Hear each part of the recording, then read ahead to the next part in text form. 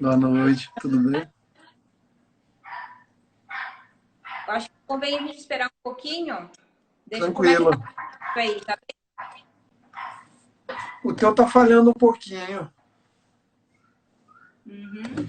Eu tô te vendo um pouquinho, tá um pouquinho ruim o contato, mas eu tô te vendo bem. tá? Ah, então tá ótimo. Então vamos lá. Obrigada por aceitar aí o convite da nossa live. Muito interessante para nós, como Instituto de Mediação aqui de Mato Grosso, ter um médico, né, e também um deputado estadual aí pelo Maranhão presente para poder passar informações para a gente do que está acontecendo por aí, de como vocês estão, quais são as providências que estão sendo tomadas, né?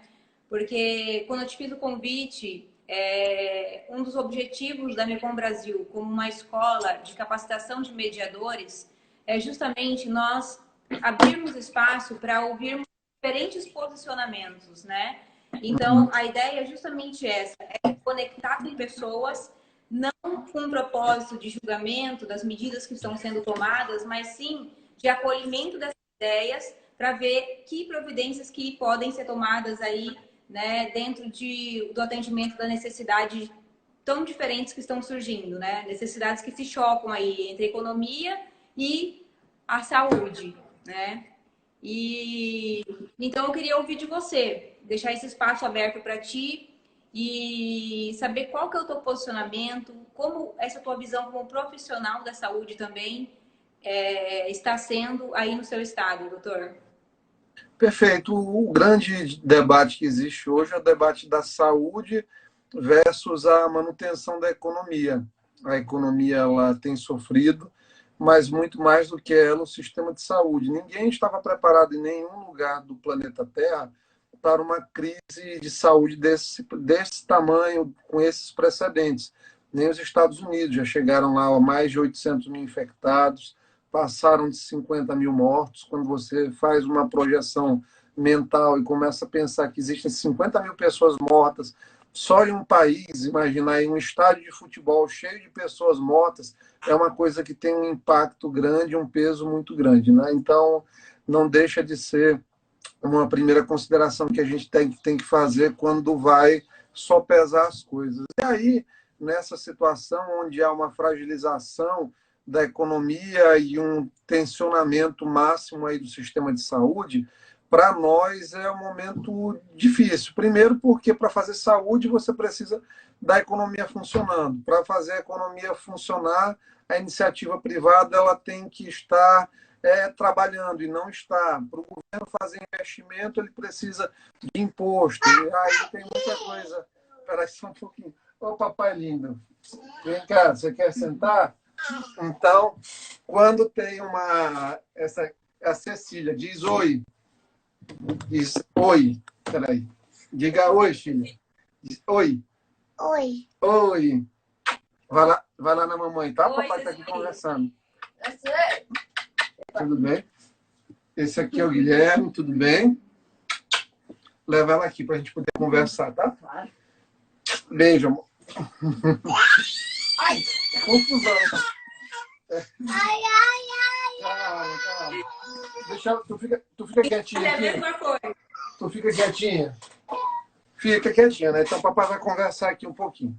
Então, como eu estava te falando, a gente tem que fazer escolhas de saúde com economia, e aí você vai ter, por exemplo, o governo aqui do Maranhão fez uma projeção que nesse período de pandemia ele perdeu cerca de 850 milhões de reais do processo. Então, para nós isso é uma coisa que já faz muita falta, sem dúvida. Nós somos um estado que não somos um estado rico, o Maranhão, pelo contrário, é um estado que enfrenta muitas dificuldades econômicas, então o sistema de saúde começou a sofrer bastante pressão, principalmente nas portas de entrada, nas UPAs, que a gente chama, né?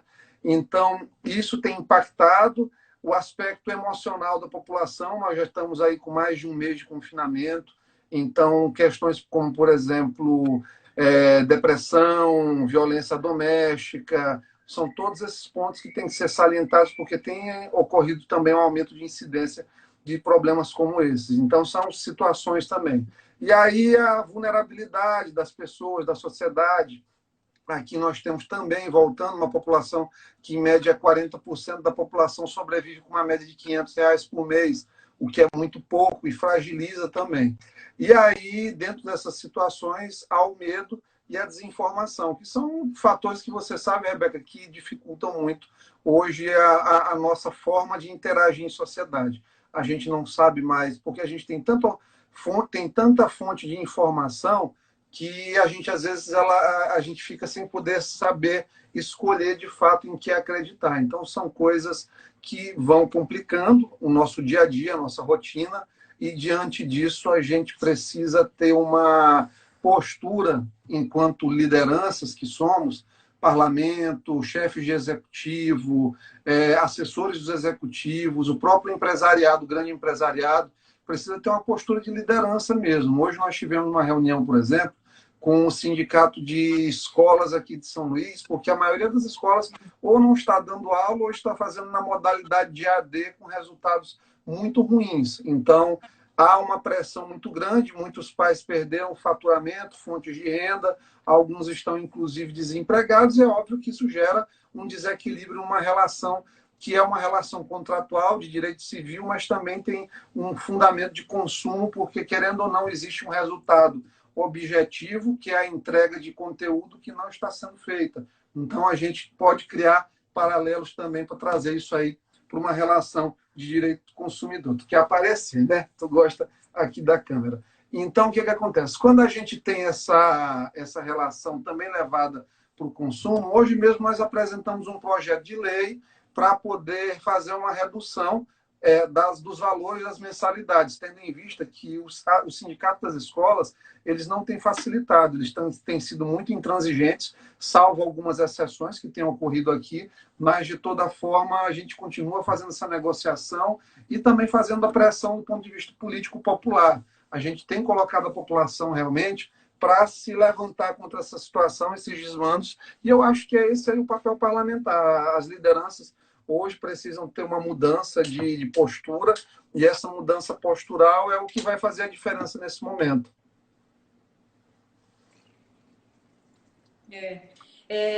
Eu sempre digo para os deputados, e uma das coisas também que foi o que me chamou a fazer os convites para as autoridades públicas foi justamente perceber que hoje vocês estão atuando como grandes mediadores, né? Então, nós, como instituição que trabalhamos a capacitação de mediadores, a gente olha para vocês como grandes mediadores, porque chegam até vocês diferentes posicionamentos, né? Os dois lados da situação, e é necessário aí ter toda uma habilidade de negociação mesmo para que as partes, né, que chegam ali tão firmes, como você mesmo falou do próprio sindicato, né? Que não mudam, não abrem mão, não cedem em nenhuma hipótese, né? Vem uma proposta para que vocês tenham essa habilidade aí de fazer com que eles olhem do lado de cá, olhar para o lado de lá e criar novas possibilidades, né? Diferente daquilo que está se pensando, né? Sim, por exemplo, a gente teve conflitos aqui com classe de professores, com funcionários, obviamente, da saúde, que também estão numa situação de extrema insatisfação por conta da pressão dos baixos salários e aí terem que fazer enfrentamento da pandemia numa situação dessa. Né? A gente teve problemas com equipamentos de proteção individual no começo, que foi uma coisa que levou a um tensionamento muito grande. Então, tudo isso dificultou bastante. Só um pouquinho, porque ela está destruindo aqui a sala. Guilherme! Fica tranquilo. Se eu te disser... Ontem eu estava fazendo uma live muito parecida que minha filha estava destruindo tudo também. Caiu tudo. Guilherme, pega um pano aqui, que ela fez xixi aqui em cima da mesa. Se tu souber que ela fez xixi aqui em cima da mesa e derrubou tudo. Ela botou aqui para complicar a live mesmo, viu? E eu tentei ficar escondidinho aqui, ela não é nem disso. Mas assim mesmo. Então, como eu estava te falando, essa questão de equipamentos de proteção individual deu muito problema aqui também. Nós tivemos problema com o empresariado, principalmente do setor de supermercado e atacadista, por conta de aumentos abusivos em produtos. O álcool gel, quando começou a ter a demanda aqui por álcool gel, foi uma confusão gigantesca. O álcool gel que custava R$ 6, ele chegou a custar quase 30, entendeu?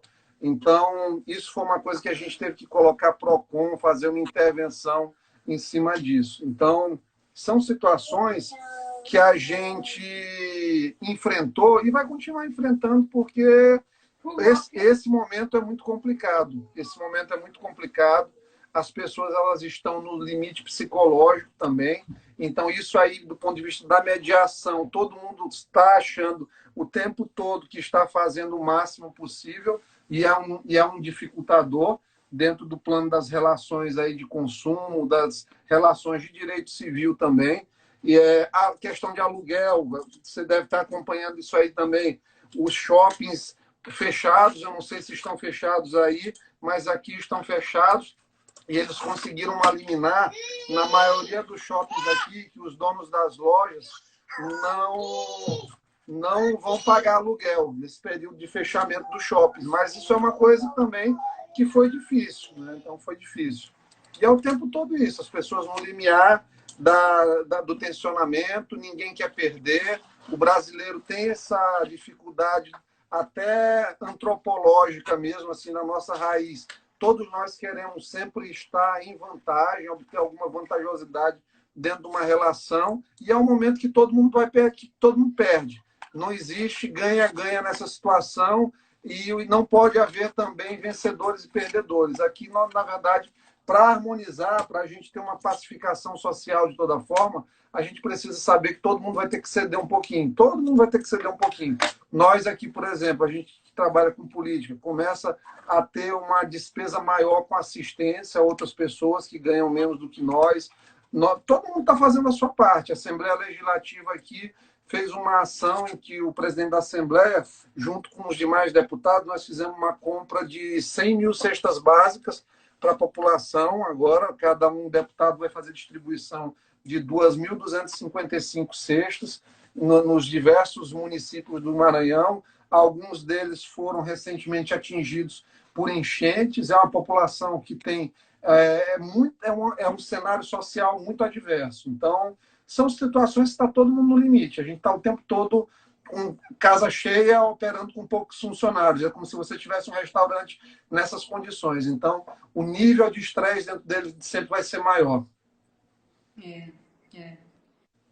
O grande desafio está sendo esse, né? É uma mudança até mesmo de cultura, né, deputado, que eu vejo, porque, assim como você falou, a gente tinha uma cultura de competição, uma cultura de olhar só para o meu lado, a vantagem só para mim. E nesse momento, se as pessoas não colaborarem, não realmente olharem para as necessidades do outro lado também, a gente só tem a perder, né? E perder num coletivo. A pessoa acha que é um engano, né? A gente olhar nesse momento e olhar a vantagem só para mim. Porque por trás disso, eu estou perdendo e muito mais, né? Então, nesse momento, aparentemente, estou ganhando olhando para mim. Mas se eu olho para um coletivo, juntos, a gente vai muito mais longe, né? Então, assim, eu percebo que esse é um momento que, talvez, infelizmente, a gente vai aprender na dor, né? Na dor. Sem dúvidas, sem dúvidas. Eu penso dessa forma. Não existe para o curto prazo nenhuma possibilidade da gente sair dessa situação com uma perspectiva de fortalecimento individual. Ou a gente vai fazer uma escolha necessária aí de solidarizarmos, de sabermos que a economia vai tombar esse ano realmente 5%, 6%, e que isso aí vai ser trágico do ponto de vista das famílias, e ter a paciência, porque é um fenômeno global, isso não vai ser só o Brasil. A China, que cresce 5%, 6%, já cresceu 8%, 10%, vai crescer 1% a 1,5% a expectativa do PIB. Estados Unidos vão ter PIB negativo esse ano também. A Europa, cenário de terra arrasada, a Itália, todos os países. Então, assim, economia, nós temos os instrumentos para fazer recuperar-se no longo prazo. A gente não vai conseguir ressuscitar aí 1 milhão de pessoas no mundo. Então, pode ser a qualquer momento uma pessoa nossa, e se quando é nossa pessoa, a gente muda toda a perspectiva de entendimento e opinião sobre a doença. É a coisa da empatia, realmente, que de fato só a experiência que a gente vive é capaz de proporcionar. É, eu acho que e o que a gente percebe é bem isso, sabe? E aqui também não está diferente. Enquanto, como a cidade que eu moro mesmo, são poucos os casos, a gente percebe que as pessoas não se importam, então, né? Uhum. Descuidam, entendem que vamos voltar à normalidade. E eu penso que não é bem assim. A gente não precisa esperar ter uma situação de morte na família, né? Para poder tomar os cuidados, né? Para Sem poder, dúvida. sim, tomar cuidado com a questão da economia, mas não descuidar, né, da parte da saúde. É um consumismo de informação tão grande, mas quando volta para nós a responsabilidade, não adianta ficar parado, plantado na frente do jornal vendo um monte de morte e não tomar providência, nós tomarmos providência, Uhum. né? Eu Eu acredito mesmo. que deve receber tanta cobrança, mas na hora também do cidadão se autorresponsabilizar, talvez isso não esteja acontecendo de forma suficiente, né? É hora de cada um fazer mais do que deveria fazer. E eu, nesse momento, por exemplo, a Assembleia não está funcionando, eu poderia, ainda não teve nenhum tipo de alteração salarial nossa aqui, nenhum tipo de perda nesse sentido, mas eu tenho ido fazer diariamente visitas nas unidades de saúde, as que atendem a Covid-19. Hoje eu fui fazer uma verificação em loco do centro da cidade, porque por conta da necessidade de apurar denúncias que têm sido feitas, essas denúncias de que haveria comércio aberto. Felizmente, a gente não localizou nenhum comércio aberto, salvo duas pequenas lojas, mas que não tinha praticamente movimento. Pessoas que, de fato, estavam querendo salvar os seus negócios, né? Então, o importante é isso.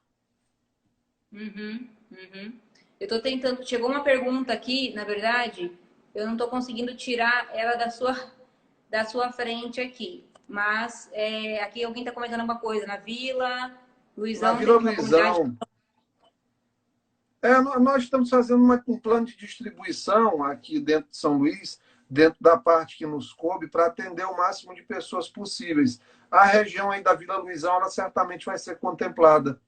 Pergunta aí do Josué Amorim, Uhum. conforme a gente estava falando. Essa situação aí vai demorar um tempo, eu acredito que até normalizar, assim, a gente ter uma estabilidade de casos, mais uns 2 meses mesmo, para a gente começar a pensar a voltar para as ruas. Vai ser um teste grande da nossa geração, aí certamente é o principal teste. Mas a gente tem visto aí que a humanidade ela tem sobrevivido à crise. A gente já passou por grandes pragas do ponto de vista da saúde, já por situações de guerra também, e a humanidade sempre soube se reorganizar. E é o momento de nós termos essa esperança de saber que as coisas vão funcionar, mesmo neste momento trazendo uma carga de sofrimento muito grande para cada um de nós. Não tem sido fácil, não. Para todo mundo, a gente vê as dificuldades, tem gente aí desesperada. Eu acredito que no longo prazo a gente vai ver, olhar para trás, ver situações como, por exemplo, aumento de taxa de suicídio, né? Muitas situações desfavoráveis mesmo. E, Glésio, a gente ouviu você, então, como deputado, né, com as providências que você está tomando em conjunto aí com a Assembleia no estado do Maranhão. E uma pergunta que a gente sempre gosta de saber e a Igreja do ser humano, sabe? Como que é isso para você?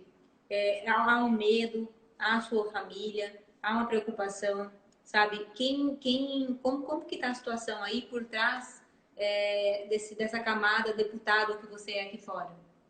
Do ponto de vista interno, o medo, do ponto de vista iglesio, pegar a doença, sucumbir à doença, falecer, eu não tenho preocupação nenhuma quanto a isso, não, porque eu tenho um sentimento de que a gente tem muita coisa ainda para fazer, eu tenho uma boa saúde, não tenho histórico de atleta que nem o Bolsonaro disse que tem, mas eu tenho uma boa saúde, então eu estou numa faixa etária que tem uma chance aí de 0,3% de falecer, e aí eu coloco na minha cabeça que se eu posso ter 99,7% de chance de ir bem, eu não vou ficar pensando no 0,3% de chance de ir mal. Tenho preocupação com a minha mãe, que já tem 73 anos de idade, 74 anos completa agora, que é obesa, então termina ficando dentro de um grupo de risco, e isso tem feito que a gente reduzisse muito contato, basicamente tem sido telefone, teleconferência, ou quando eu passo na casa dela, eu fico dentro do carro e ela fica 2 metros longe de máscara na porta da casa dela com medo. Mas, e assim, o que mais tem me deixado agoniado é o fato de ter a vida tão modificada, a rotina. Eu gosto muito de estar trabalhando, de estar me movimentando, apesar de eu estar trabalhando e movimentando, mas muito aquém ainda do que eu gosto de fazer, das pautas que a gente gosta de produzir, até para mobilizar a própria equipe é um pouco mais difícil, porque eles terminam ficando um pouco preocupados, não é todo mundo que tem essa tranquilidade que a gente tem também, do ponto de vista de saber que vai passar. Ontem eu fiz uns stories no Hospital Carlos Macieira, que é o hospital que tem maior quantidade de leitos para Covid-19 aqui, onde eu mostrei uma série de casos recuperados, pessoas que estão voltando da Covid-19, funcionários do hospital que já estão voltando a trabalhar no hospital, e aquilo termina que é uma força motivadora para outras pessoas. Então, isso me energizou bastante ontem também.